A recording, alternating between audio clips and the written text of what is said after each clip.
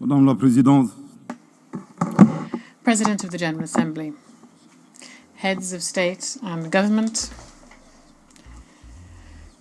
United Nations Secretary General, ladies and gentlemen.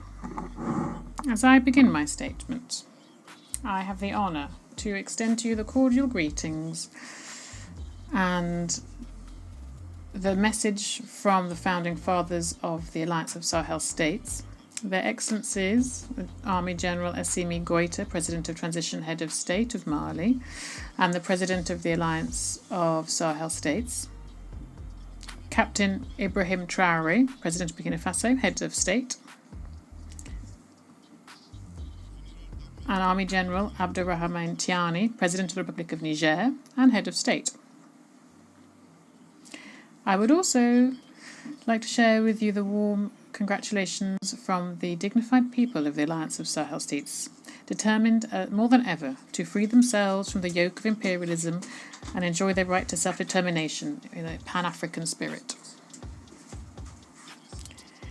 As we wish you every success in your election to preside over this 80th session of General Assembly, Madam President, the Alliance of Sahel States would also like to congratulate your predecessor, His Excellency Mr. Philemon Yang from the Republic of Cameroon, and congratulate him on his exemplary leadership of the work of the 79th session.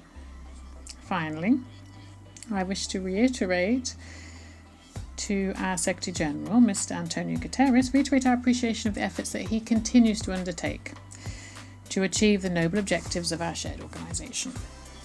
Ladies and gentlemen, the topic chosen for this 80th session of the General Assembly, Better Together, 80 Years and More for Peace, Development and Human Rights, end of quote, is of particular importance for the Member States of the AES Confederation. Yes, peace, mutual assistance, development and the preservation of human rights remain the main objectives. Indeed, the raison d'etre of the United Nations. Alas, these key objectives have never been so sorely tested in the world, and in Sahel in particular, because essentially of armed groups with dark age thinking, weaponised and supported by foreign state sponsors. The member states of the Alliance of Sahel States are on the front line of the fight against terrorism, which is both a real threat to international peace and security, but also and above all, a grave attack on the very foundations of our states. Led by our heads of state, our security and defence forces of the three countries of the Sahel Alliance are working closely together in a spirit of collaboration and complementarity that has never been seen before. We are driven by a common commitment to pool our efforts to tackle the scourge of terrorism. This new momentum, which is built around strengthening operational capacity of our security and defence forces through far-reaching recruitment, suitable training and appropriate provision of equipment, is seeing encouraging results every day on the ground. This confirms the relevance indeed of our sovereign decision to work together to fight our common enemies. Unlike some states who open safe passage corridors onto their territory for terrorists so that they can attack other countries to use their territory as a rear base, the founders of the alliance, through again this Pan-African spirit and concerned as they are to preserve the interests of their people, decided to make their countries more safe, trying to stop this threat spreading to other African countries and indeed around the world, doing a real public service for security in the region and the world. There is no shadow of a doubt that through their sacrifice, the valiant security and defence forces are contributing to the security of other regions, particularly countries on the West African coast. We take this opportunity to pay tribute to the memory of the civilian and military victims of insecurity in the Sahel. The sovereign approach that's been implemented is part of a vision borne by the heads of state of the Alliance of Sahel State, which is dedicated to safety and security of our states following the withdrawal of international forces. Against all the odds and far from scuttling our plans our country showed ingenuity and was able to benefit from their historic geographic characteristics and the resilience of their people, who, despite more than a decade of security and humanitarian crisis, continue to show exceptional strength and patriotic engagement. Overall, 3 countries were able to provide a coordinated, homegrown response to this war that was imposed on us. Here I wish to reiterate the determination of the Confederation of the Alliance of Sahel States to become a Pan-African regional power, to continue and step up our actions, to put a stop to terrorism once and for all in our shared home. We are also determined to consolidate the authority of the state, to protect our people and their property, and ensure our own prosperity. The Alliance of Sahel States reiterates strongly its condemnation of the open, blatant, sometimes public support of foreign state sponsors, who, for imperialist reasons, are destabilising our entity on the one hand, providing advice to terrorist groups as well as logistical support, arms and ammunition, and on the other hand providing political support to them, providing them with rear bases located in some neighbouring countries in violation of all international rules.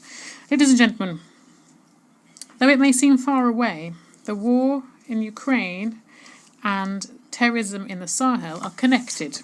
Let us remind you that following the terrorist attack against the Malian Security Defence Forces patrol on the 24th to 26th of July 2024 in Tenzawaten in the region of Kidal, Mali denounced this incident, by the way, in its statement on 2024 here in this room, and we condemned the attitude shown by Ukrainian officials who publicly affirmed their participation in this terrorist attack. This outrageous conduct, which we thought we did, was simply that the Ukrainian officials unfortunately confused the international stage with a theatre stage. 1 year later, the situation has worsened, and the Ukrainian regime has become one of the main suppliers of kamikaze drones to terrorist groups around the world. In this context, some Western states should stop supplying arms to Ukraine because they risk contributing to the promotion of international terrorism. For others, including the French regime, who's nostalgic for the colonial era and concerned by their loss of influence in the Sahel, support for the Ukrainian regime is a manoeuvre that's consistent, which aims to occupy the attention of the international community, focusing the attention on the war in Ukraine, at the same time sponsoring terrorist groups who are growing in number in the Sahel. Loyal as we are to the principles of the United Nations Charter, on the 15th of August 2022, Mali seized the Security Council to ask for a meeting of the Council so that my country could provide irrefutable proof of France's support for terrorist activities. So far, this request has not been followed up on, whereas their sabotage continues on various levels. It is time to act so that those responsible for this violence be identified and brought to justice, and resolutions be translated into concrete commitments, and the Sahelian Sahel should be safe once and for all, and the resources of the Sahel should benefit the people of the Sahel. International institutions, the UN chiefly, were created after the Second World War to protect people against violence and destruction and silent genocides. It is high time that the global conscience wakes up, and that international organisations take their share of the responsibility and provide a real response to the distress cries of oppressed people who are clamouring for their sovereignty. The Alliance of Sahel States reiterates its commitment to cooperate with all states, regional organisations, international organisations, and any partners that respect our sovereignty, our sovereign political choices, our security priorities, our priorities in terms of countering terrorism, our priorities for social and economic development. This should be part of a win-win partnership so that our people's aspirations can be met.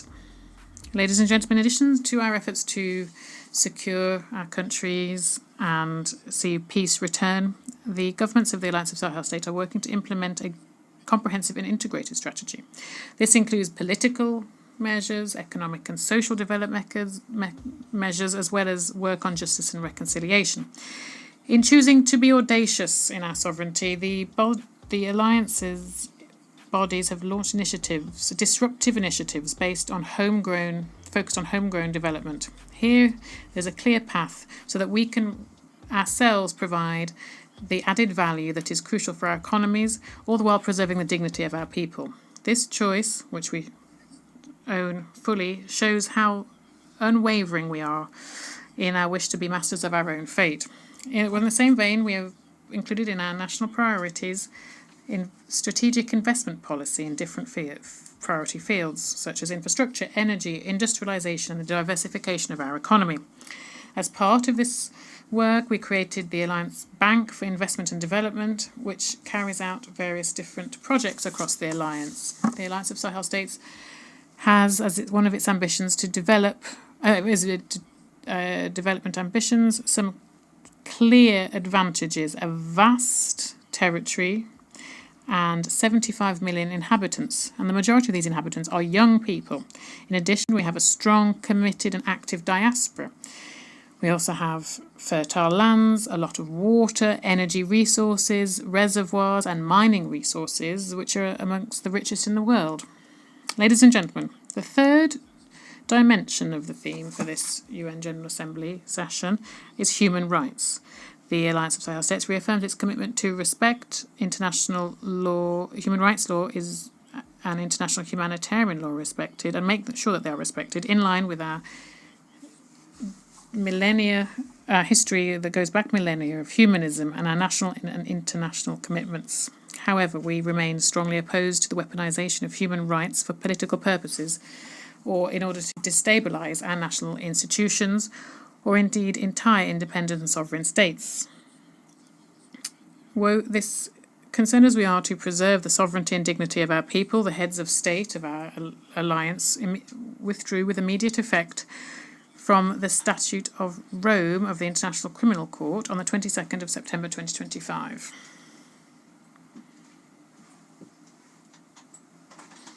With this withdrawal, we are seeking to prioritise, as of now, homegrown justice mechanisms in line with our social values and mechanisms that are in the interest of our peoples.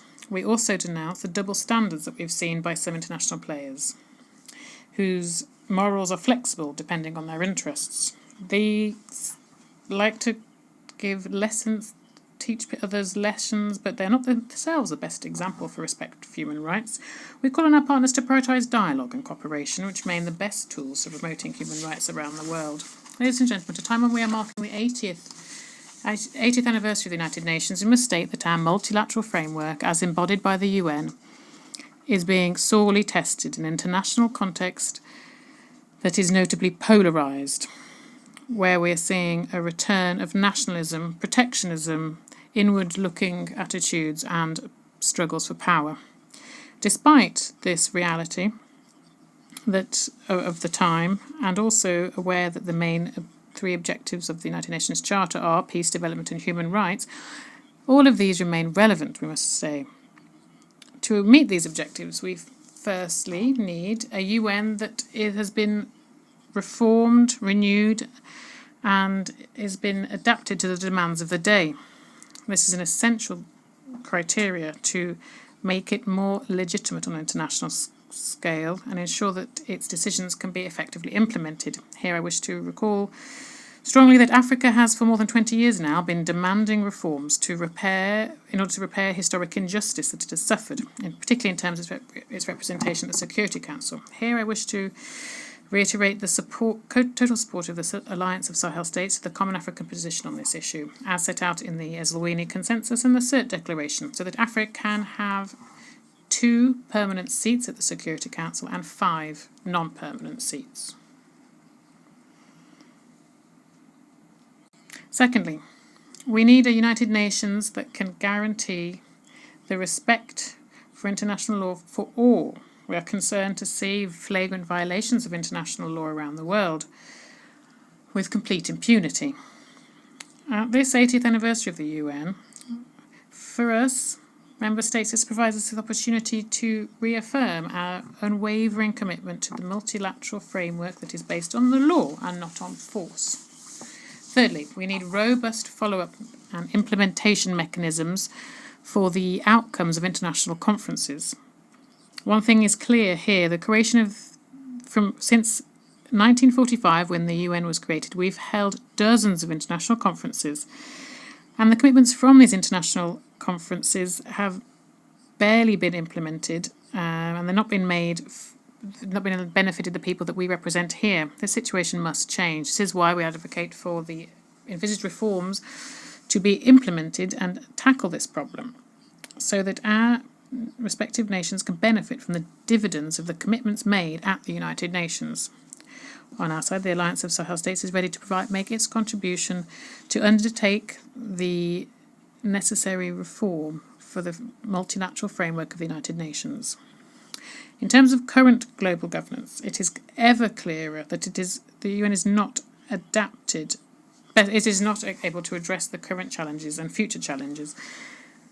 Global governance needs to be reformed, and economic and financial institutions need to be reviewed too, and they should take into account financing security in the fight against homegrown crises. And this innovative mechanisms, for example, like in BRICS, provide a constructive alternative that respects the interests of emerging and developing countries, while in African initiatives of development financing that the Sahel pays particular attention to could break the vicious circle of dependence and over-indebtedness. Along in the same lines, the concerns of Africa's development concerns should be taken into account too. Africa is presented as a continent of the future with a rich youth, but alas, it is also facing a heavy burden of external debt. Its resources are being pillaged. There is unequal trade, and there's a negative transfer of resources and also there's problems posed by climate change. These are to name but a few of the challenges it faces. Ladies and gentlemen, on a national front, Mali, in its quest for peace and sustainable stability and in line with aspirations of our people as expressed in the Inter-Malian Dialogue for Peace and Reconciliation, adopted a charter for national peace and reconciliation. This was following an inclusive and participative process that focused on dialogue and cooperation within Malian society and Malians of all socio-professional strata, and as well as the diaspora. This charter embodies our determination to strengthen national ownership of the peace process in Mali. It is based on our own reality, our traditional values, our homegrown mechanisms for dispute resolution. The aim is to focus on a shared and promising future. On 22nd of July 2025, when the charter was officially signed, His Excellency the Army General Assimi Goïta, President of the Transition Head of State of Mali, in his speech focused on the historic importance of this event, and I quote, he said, "This ceremony is even more unique because it carries a collective dream, that of a hope of lasting peace, social cohesion, indeed reconciliation within our dear homeland." End of quote.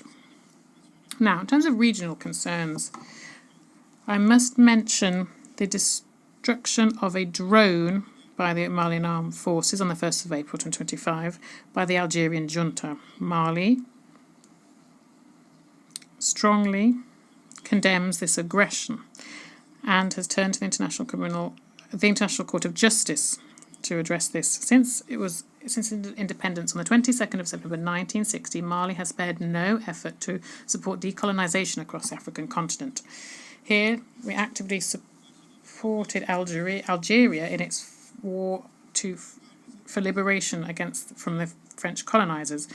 Given this political position and favour that we have always maintained for Pan-Africanism, in addition, we have geographical proximity between the two countries. We have a border that is 1,300 kilometres long. Mali has always looked kindly upon our brotherly neighbours in Algeria. In return for this constructive approach in Mali, we underscore three situations that are incongruous and incomprehensible, and they have marked relations recently between our countries. Firstly, the cowardly, perfidious attack that targeted the Malian armed forces in Tinzawante, a few kilometres from the Algerian border. Curiously, the Algerian junta didn't see anything, hadn't heard anything, even though this terrorist act was planned on its Algerian territory. This is strange for a country that was designated as a AU champion for counterterrorism and in recent years has become a champion of the promotion of terrorism and exporter of terrorists.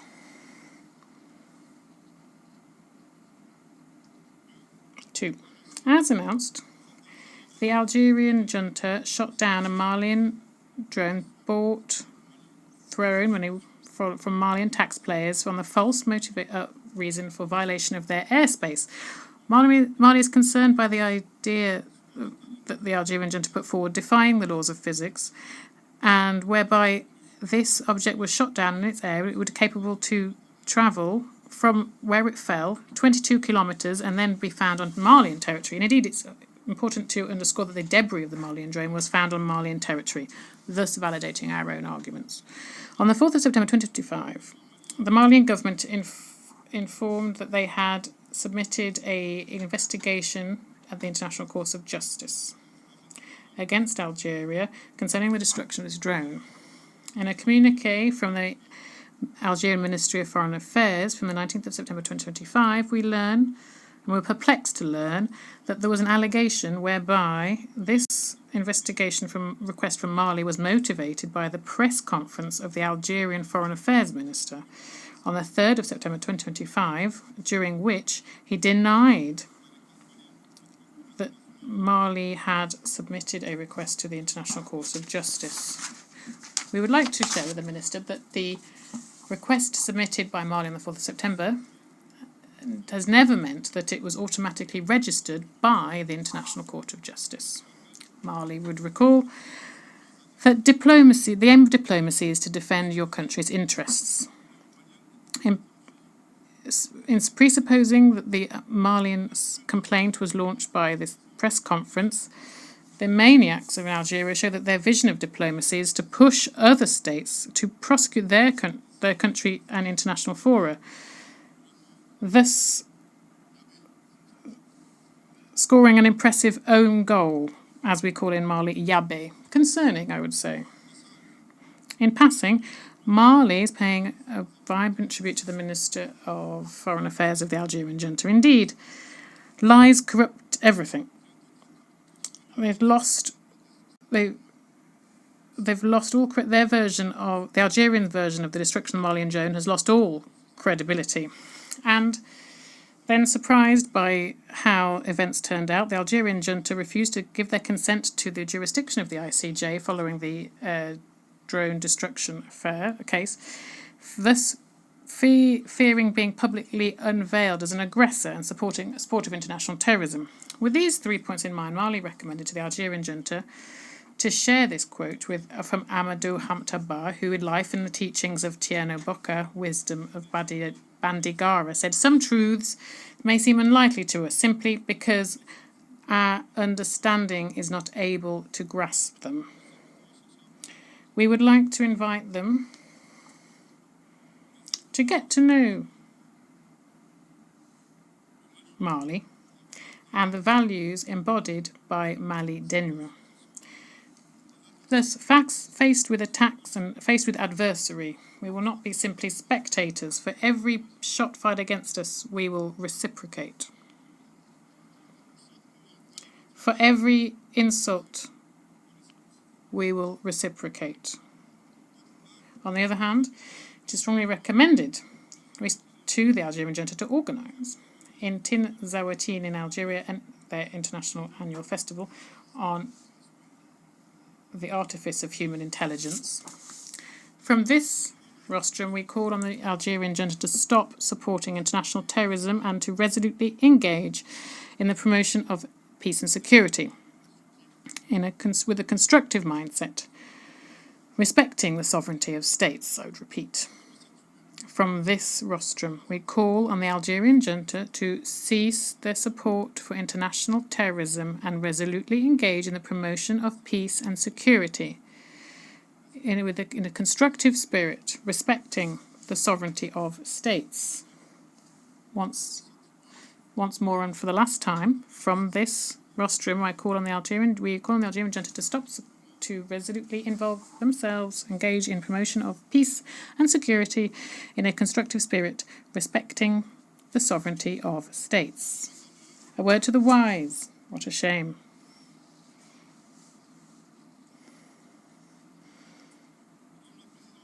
President, ladies and gentlemen, here I would like to share the view of a citizen, the raised fist of the dawn of our sovereignty, shared by the people of the Alliance of Sahel States. Our alliance is made up of fighting nations, a land of resistance. What we're facing is not simply a domestic conflict, it's a hybrid war supported by imperialist interests where enemies of peace often wear suits and ties. If the UN continues to feign ignorance, it will stop being just a summit of the world and it will be simply the passive arm of global injustice. As we say this here, the Alliance of Sahel States is not afraid. We will not give up. We will resist still, and we will continue to do so. However, the Alliance of Sahel States is giving the UN a historic opportunity to take the side of truth, to recognise that the people of the Alliance are being victims of aggression, a choice to support the Alliance, which is fighting for themselves, but also for Africa, for the stability of a continent, and therefore indirectly for the stability of the entire world. History will be our judge. It will judge those who armed the forces of evil. It will judge those who looked away. It will judge those who forgot that justice is the only path towards lasting peace. The Alliance of Sahel States is not asking for alimony, it's asking for conscience raising. To conclude, I'd like to reiterate here the commitment of the Alliance of Sahel States to the values, purposes and principles of the UN Charter. Thus, the Alliance of Sahel States would say that we cannot be better together unless we work collectively for multilateralism with a human face, multilateralism based on dialogue, right, the law, cooperation and solidarity between peoples, one that promotes peace and development, one that respects the sovereignty of states. However, we must not continue to do the same thing over the years to come and hope for different results. There is an urgent need for reform within our existing multilateral framework, the framework that is embodied by our shared organisation. The 80th anniversary of the UN provides us with this historic opportunity to adapt the organisation to the realities of the time, one that can effectively respond to current and future challenges. The Alliance of Sahel States remains ready to play its part, its full part in the quest for collective responses to save future generations from the scourge of war, to ensure harmonious development for all, and to promote and protect human rights. God bless the Alliance of Sahel States, and may He save our people from the dark age and destructive forces of the world. May God bless Mali and spare Malians from dark age forces and those who seek to destroy the world. God bless Africa, and let it save Africans from dark age forces and those that seek to destroy the world. And may God bless the world and preserve humanity from dark age forces and those who seek to destroy the world. Thank you very much for your kind attention. Thank you, Africa, Mama.